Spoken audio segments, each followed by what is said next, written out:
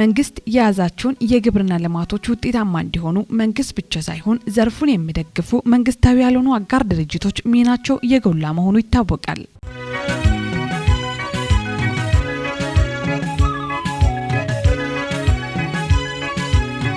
ዘርፉን ከሚደግፉት አጋር ድርጅቶች መካከል የምግብ ስርዓት ማጠናከሪያ ፕሮግራም FCRP አንዱ ነው። ይህ ፕሮጀክት በዞናችን በተለያዩ ወረዳዎች ዘርፈ ብዙ ስራዎችን እየሰራ ይገኛል።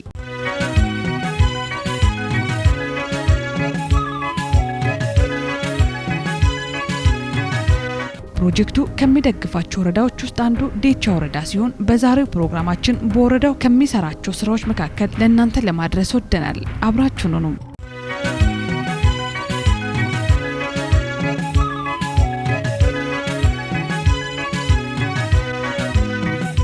የምግብ ስርዓት ማጠናከሪያ ፕሮጀክት FCRP የተሻለና ማህበረሰቡን ለበለጠ ተጠቃሚ ለማድረግ የቀድሞ ግብርና እድገት ፕሮግራም AGP ውጤት ሲሆን የምግብ ስርዓት ማጠናከሪያ ፕሮግራም የወረዳውን ህዝብ የተሻለ ምርት በማምረትና የአመጋገብ ስርዓት እንዲያሻሽል የሚሰራ ፕሮጀክት ነው።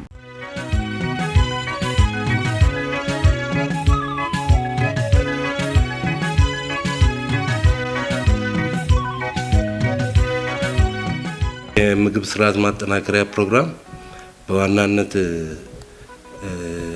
አራት ኮምፖነንቶች አሉት።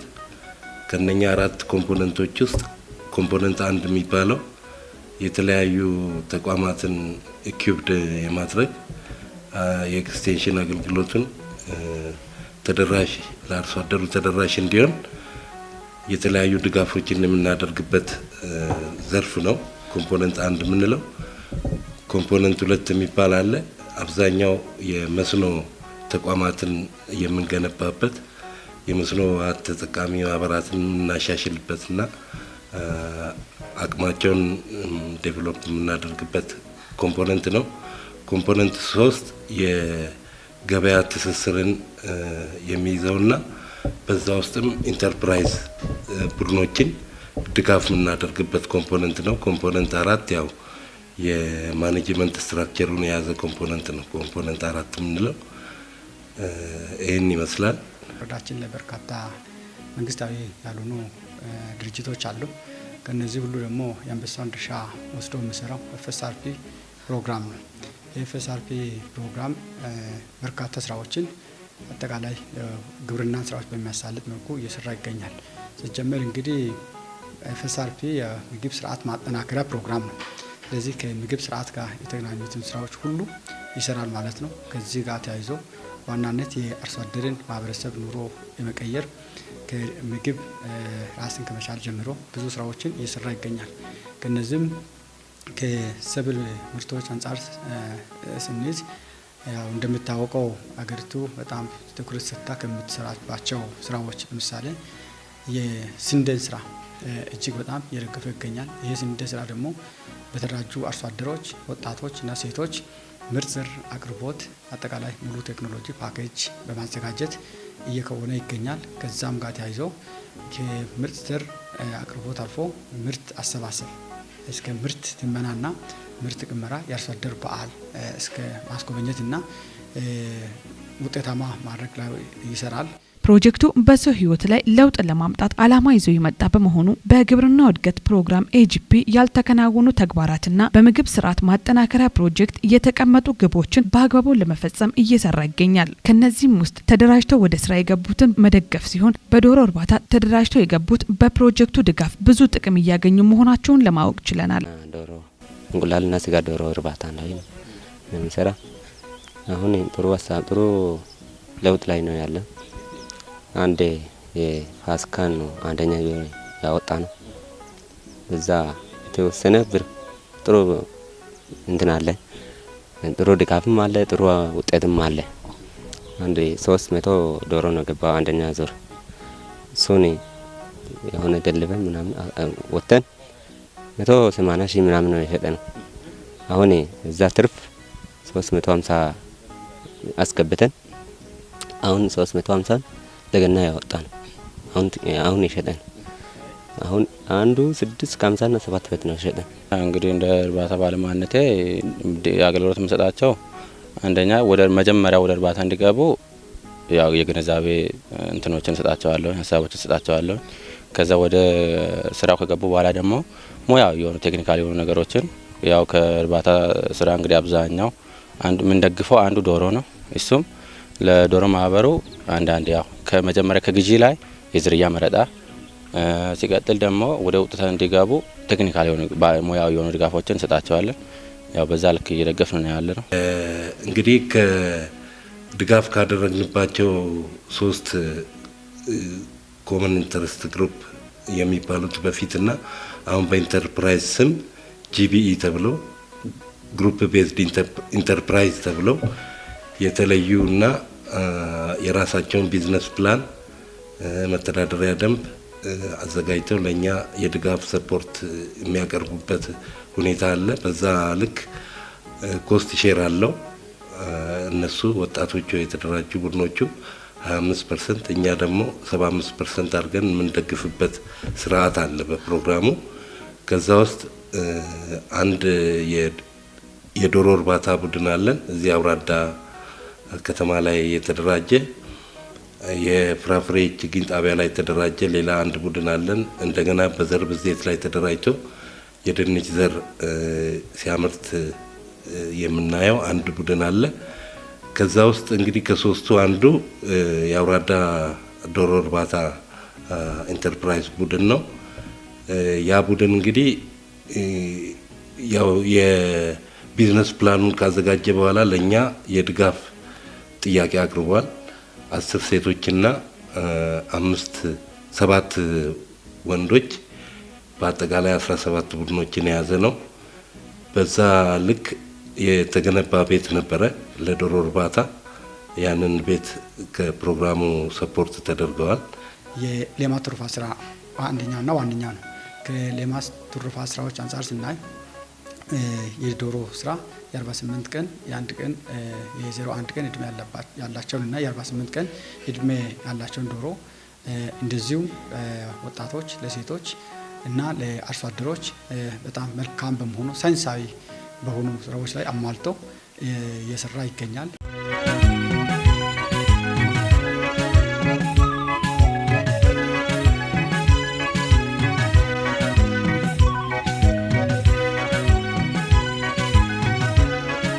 ታይም ጥሩ አላማ አለኝ ያለ ነው። ወረዳም ኤፍኤስአርፒ ድጋፉ በጣም ጥሩ ውጤት ነው፣ አይከፋም። አሁን እንትን ማለ መኖ አዞላ የሚባል መኖ አለ አመጥተናል። አሁን እሱም አብዛኛው ያው እኛ የምንደግፋቸውም አርሶ አደሮችም ሆነ አርብቶ አደሮች በማህበርም የተደራጁ አሉ። እንደ ችግር የሚያነሱት አብዛኛው ሰው ወደ ዶሮ ስራ መግባት ይፈልጋል። እንደ ችግር የሚያነሱት የመኖ ግዢ መወደድ ችግር ነው። በየቀኑ የመኖ ዋጋ መናርና መጨመር በጣም እኛንም የአርቢዎቻችንም የተፈታተነ ያለ ጉዳይ ነው።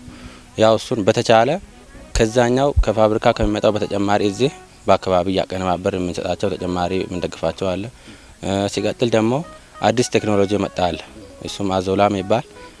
እሱም ያው በፎቶ ላይ እንዳያችሁት እሱ በጣም አዋጭ የሆነና 1 ኪሎ ግራም ዛሬ ጨምረን በ24 ሰዓት ራሱን ማባዛት የሚችል ለዶሮ መኖነት የሚያገለግል እኛ ምንም ወጪ ሳናወጣ በተወሰነ ወጪ ለቀጣይ በጣም እስከ 50% የዶሮ መኖ ወጪ መሸፈን የሚችል እሱም አዲስ ቴክኖሎጂም ያው እዚህ ዶሮ እርባታው ጋር እንዳያችሁት እሱም በጣም አጋጅና እሱን እያሰፋን በጣም ተጠቃሚ እየሆንና ያንን የመኖ ችግርንም እየቀረፈልን ያለ ቴክኖሎጂ እሱንም እየተጠቀምን ነው። ሌሎች ብዙ አማራጮችን እየተጠቀምን ያው እየሰራን ነው የምንገኘው። ሁለተኛ ምግብ አለ፣ የዶሮ ምግብ። ይሄ ሪላቲቭሊ ውድ የሚባለው ድጋፍ እሱ ነው። ወደ 35 ኩንታል የመኖ ድጋፍ አድርገንላቸዋል። ከዛ በተጨማሪ 300 ዶሮ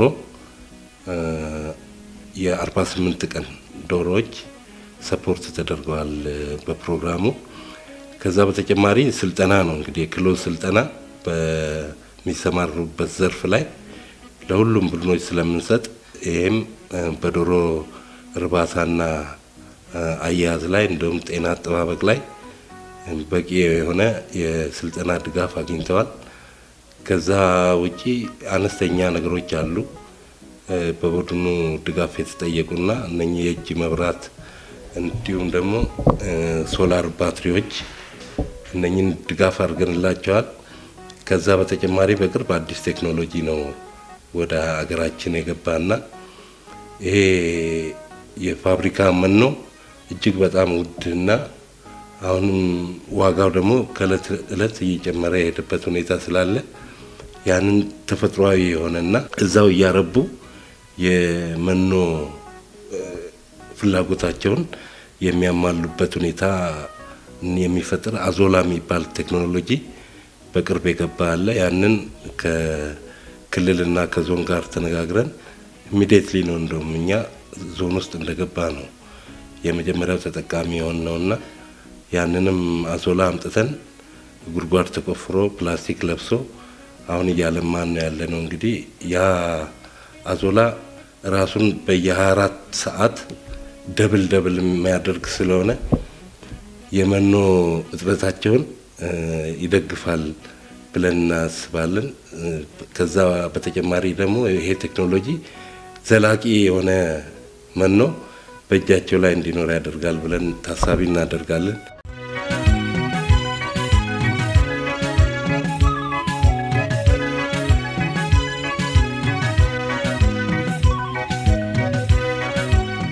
ጋር በጣም ምቹ ሆነ። እኔ ቀጣይ ወደ ቀጥሎ መሄድ ነው የኛ ሀሳብ። አሁን ዶሮ ላይ ነው አለን። ቀጣይ ወይ በግ ወይ እንትን ጥጃ ድለባ ምናምን ነው የኛ ሀሳብ። የኛ ሀሳብ እንደዛ ነው። በመጀመሪያ ይሄኛውን የስጋ ዶሮ ነው ለጊዜው እየሰሩ ያሉት። ነገር ግን አሁን ከዚህ የኛውን ዶሮ ሽያጭ በኋላ ምን ማድረግ አስበዋል እነሱ የስጋ ዶሮውን ለብቻ ከሚገዙ የአንድ ቀን ጎን ላይ ሳይድ ቢዝነስ አድርገው እዛው ለራሳቸው ለስጋ የሚፈልጉትን ያስቀራሉ። ለቀጣይ ደግሞ ግማሽ አባል የአንድ ቀኑን ይሰራል፣ ግማሽ አባል ደግሞ ይሄኛውን የስጋውን ዶሮ እየሰሩ እየቀጠሉ ቢዝነሱን እያሰፉ የእንቁላልም እዛ ጎን ላይ የሚያስቀሩበትን ቤትን እያመቻቸን ያው ለቀጣይ ያው በዚህ ልክ እየሰራን ነው የምንገኘው። ማህበሩም ያው በአሁን በስጋ ነው ተሰማርተው የሚገኙት። ከዚህ በኋላ ግን የአንድ ቀኑን ያመጣሉ። የእንቁላልም ጎን ላይ የሚሰሩበትን ነገር ያው እየሰሩ ነው ያሉት። አሁንም እንደ እቅድ እነሱም ይዘው ቀጣይ ላይ ያው የአንድ ቀን ጫጩት በቅርብ ከዚህ ዶሮ ሽያጭ በኋላ የሚያመጡ ይሆናል።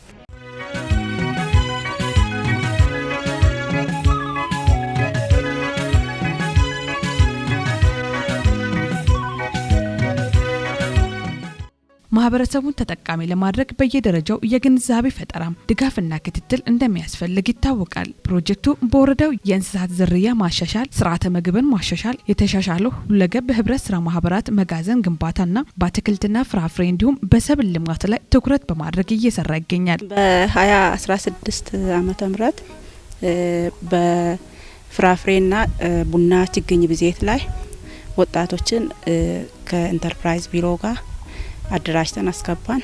ከዛ በኋላ በሴክተሩ በኩል መሬት እንዲሰጥ ተደረገ። ከዛ በኋላ ወጣቶቹ ቀድሚያ በኢንተርፕራይዝ አደረጃጀት ላይ ሙሉ ነገር ስልጠና ተሰጣቸው። ከዛ በኋላ ከተደራጁ በኋላ እንዴት ነው ፍራፍሬን ምናለማው ችግኝ አባስተን ወደ ገበያ ምናወጣ የሚለው በቡናና በፍራፍሬ ላይ ሙሉ ስልጠና ተሰጣቸው። ከዛም በኋላ ወደ ስራ ገባን።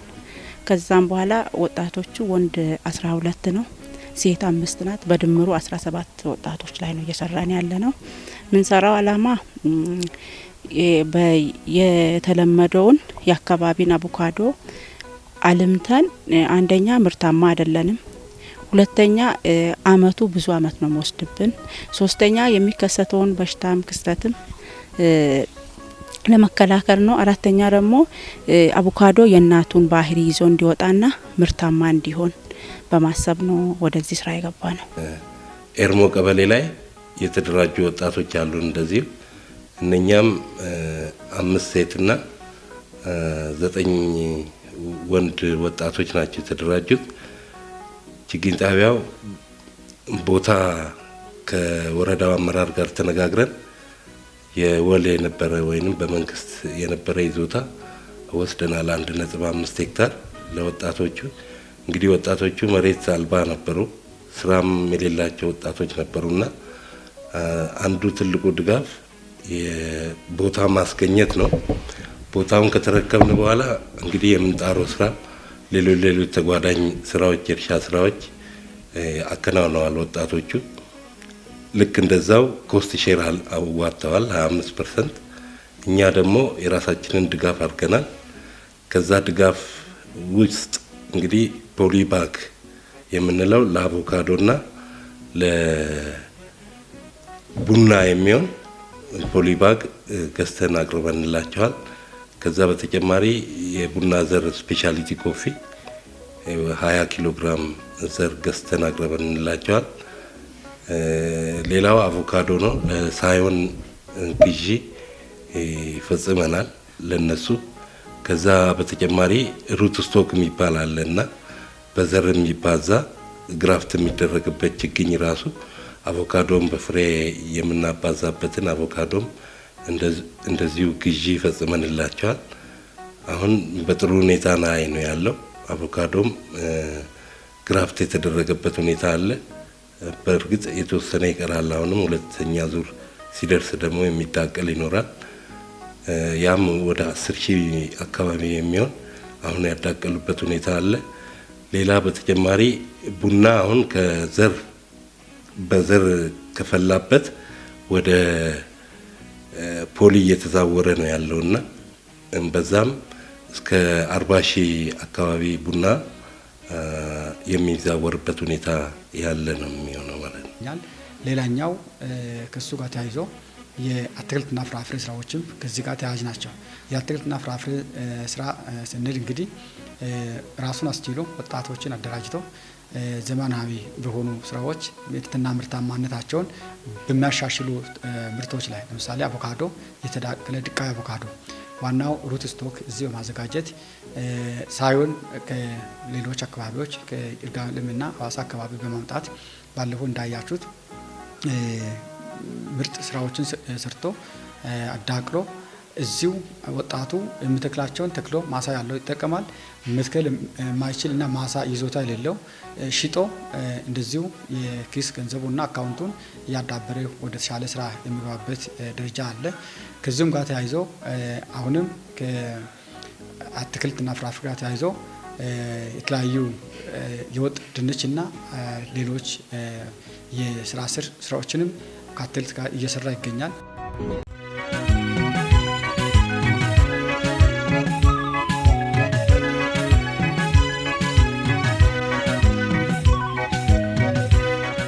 ኤፍኤስአርፒ ፕሮጀክት ሙሉ ድጋፍ ነው የሚያደርግልን። ከአደረጃጀት ጀምሮ ሙሉ የእርሻ መሳሪያ አላቸው። ሙሉ የተሰጥቷቸዋል። የእርሻ መሳሪያ ማስቀመጫ ስቶር ተሰርቶላቸዋል። ሙሉ ስልጠና ከሳይት ሰሌክሽን ጀምሮ እስከ ገበያ የሚያወጡበት በግብርናም በኢንተርፕራይዝም ተደጋጋሚ ስልጠና ሰጥተናል። ከዛም አልፎ ባለፈው አቮካዶ ልናዳቅል ስንል እንዴት አድርገን ነው አቮካዶን ምናዳቅለው የሚለውን የኪሎ ስልጠና ሰጥተናል። ከዛም አልፎ ከዚህ በፊት ሻፓ ላይ በችግኝ ብዜት በአቮካዶ ማዳቀል ላይ የተደራጁ ወጣቶች ነበሩ። ከነሱም ጋር የልምድ ልውውጥ ስራ ሰርተናል። የሻፓ ወጣቶች መጥቶ ለነሱ ልምድ እንዲሰጡ የልምድ ልውውጥ ስራም ሰርተናል። ይሄን ሁሉ ስራ ድጋፍ ያደረገልን ኤፍኤስአርፒ ፕሮጀክት ነው። ፕሮግራሙ አሁን የመስኖ ማስፋፊያ አለን። ይህም ወደ 5 ሚሊዮን ብር አካባቢ የያዘ የመስኖ ማስፋፊያ አለን። በማቲ ኤስኤስአይ የሚባል ወይንም ደግሞ አነስተኛ መስኖ ልማት ፕሮጀክት አለን። ሌላ አንድ የግብይት ማዕከል አለን። የፍራፍሬና የአትክልት እንግዲህ ችግር ብለን አሰሳ አድርገን ያዝነው ቦታ ላይ ነውና አትክልትና ፍራፍሬ የተበላሸ ያለበት ሁኔታ አለ። እንዲሁም ደግሞ ለገበያ ካመጡ በኋላ የሚያሳድሩበትም ቦታ ስለሌለ አንዳንዴ እንደውም እየጣሉ የሚሄዱበት ሁኔታ የተስተዋለ በመሆኑ ያንን ችግር ለመቅረፍ ቦልካቡል የሚባል ቀበሌ ላይ የአትክልትና ፍራፍሬ የግብይት ማዕከል እንገነባለን ብለን የ4 ሚሊዮን ብር አካባቢ ውል ገብተናል።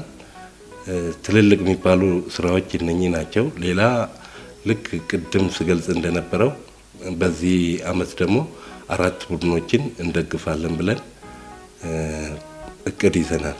በርካታ ስራዎችን አምናም እንደዚህ በአትክልት ስራ ተሰርቶ ሞዴል የሆኑትን ቀበሌዎች ውጤታማ የሆኑትን የአርሶ አደር በዓል በማዘጋጀት እንደዚሁ ሞዴል አርሶ አደሮችን አፈ ጉባኤዎችን የምክር ቤት አባላትን እንደዚሁ የወረዳ አመራርን የቀበሌ ባለሙያዎችን ሁሉ አስጎብኝቶ ከሱ በመነሳት ሌሎች ዘንድሮ በርካታ ቀበሌዎች ወደዚህ ከምርጥ ተሞክሮ ጉብኝት በኋላ የተሻለ አፈጻጸም ውስጥ የገቡበት ነገር አለ።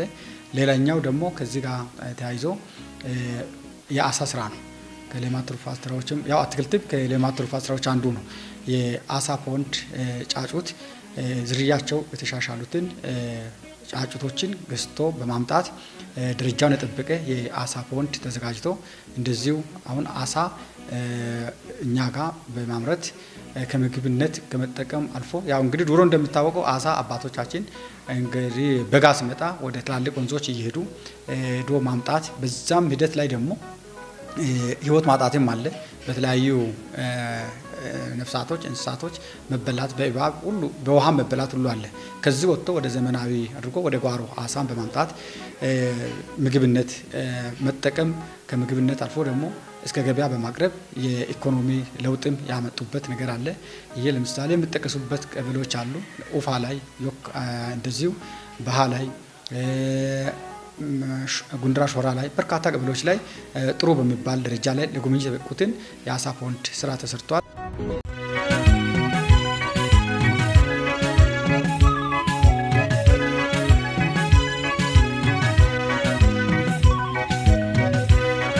ፕሮግራሙን ግብ ለማሳካት በየደረጃ ያሉ አካላት ኃላፊነት አለበት። ፕሮጀክቱ ቅድሚያ የሚሰጠውን ተግባር እንደየአካባቢው ተጨባጭ ሁኔታ በግልጽ እቅድ ታቅዶ ወደ ስራ በመግባት ላይ ይገኛል። በጣም ብዙ ድጋፍ ነው የሚደረግላቸው።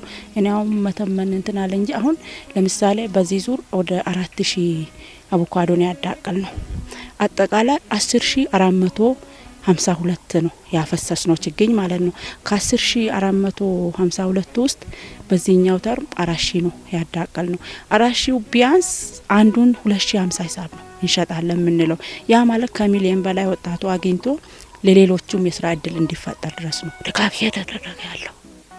የትኛውም ፕሮግራም ቢሆን ከወረዳ አስተዳደር ከካቢኔው ጋር ቅንጅትና ድጋፍ ከሌለው ፍሩትፉል አይሆንም። አብዛኛው እንግዲህ ከመሬት ጋር የተያያዙ ኢሹዎች አሉ። ወጣቶችን አደራጅቶ ማስገባት ቀላል ነገር አይደለም። ይሄ የወል ይዞታን የማህበረሰብ ስር ያለ በመንግስት ስር ያለ ይዞታን ለወጣቶቹ በፍቃደኝነት መስጠት የሚቻልበት ሁኔታ መኖር አለበትና እዛ ላይ የወረዳ አስተዳደሩ በጣም ከፍተኛ ድጋፍና ክትትል ነው የሚያደርገው። ከዛ በተጨማሪም መስኖ ግንባታዎች በምንገነባባቸው ቦታዎች ላይ የልምድ ልውውጥ በምናደርግባቸው ቦታዎች ላይ እንዲሁም ደግሞ የዕለት ተዕለት እንቅስቃሴያችንን እንግዲህ የወረዳ አስተዳደሩ በሚገባ እየተከታተለ እየደገፈን ነው። ባይዘወይ የወረዳ አስተዳዳሪውም የፕሮግራሙ ስትሪንግ ኮሚቴ የሚባላልና ያ ስትሪንግ ኮሚቴ ተጠቃሚ የሆኑ ሴክተር መስሪያ ቤቶች አሉ። እነሱን የያዘና በካቢኔ ደረጃ የተዋቀረ ሲሆን የወረዳ አስተዳዳሪው ነው የዚህ ፕሮግራም የበላይ ጠባቂ። እንግዲህ በየ3 ወሩ እንደውም በምናደርገው የስትሪንግ ኮሚቴ ስብሰባ አፈጻጸሙን ይገመግማል፣ ይከታተላል። ድጋፍ የሚፈልጉባቸውንና ከአስተዳደሩ እኛ ያቀረብናቸውን ጥያቄዎች የሚፈጸምበትን ሁኔታ የሚያመቻች ነው የስትሪንግ ኮሚቴ እና የዛ ስትሪንግ ኮሚቴ ደግሞ ሰብሳቢ ዋና አስተዳዳሪው ነው። ስለዚህ የዕለት ተዕለት ድጋፍና ክትትል ከነሱ ያልተለየ ነው።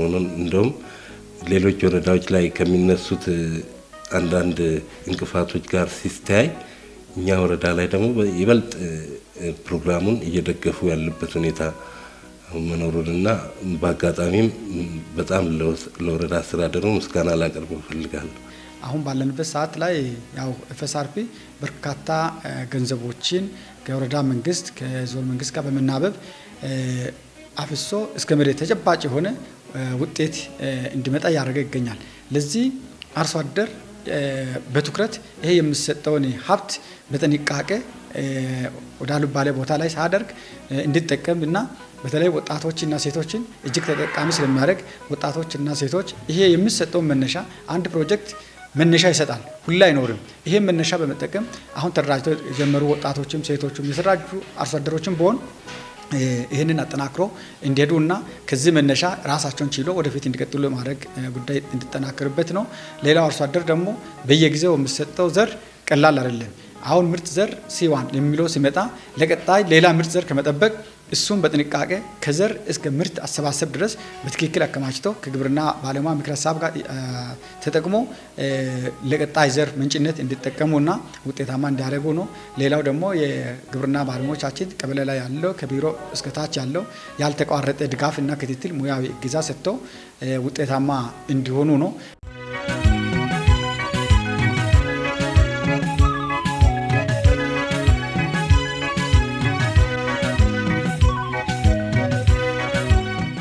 የምግብ ስርዓት ማጠናከሪያ ፕሮጀክት ኤፍሲአርፒ የመንግስት ክፍተት ያለባቸውን የግብርና ተግባራትን መደገፍና ማሟላት መሆኑ ይታወቃል። የምግብ ስርዓት ማጠናከሪያ ፕሮግራም በወረዳው ለሚያከናውነው የልማት ተግባራት ተፈጻሚነት ባለሙያዎችና አመራሮች በትኩረት ሊሰሩ ይገባል እያልን ፕሮግራማችንን በዚያ በቃን። ሰላም ሁኑ።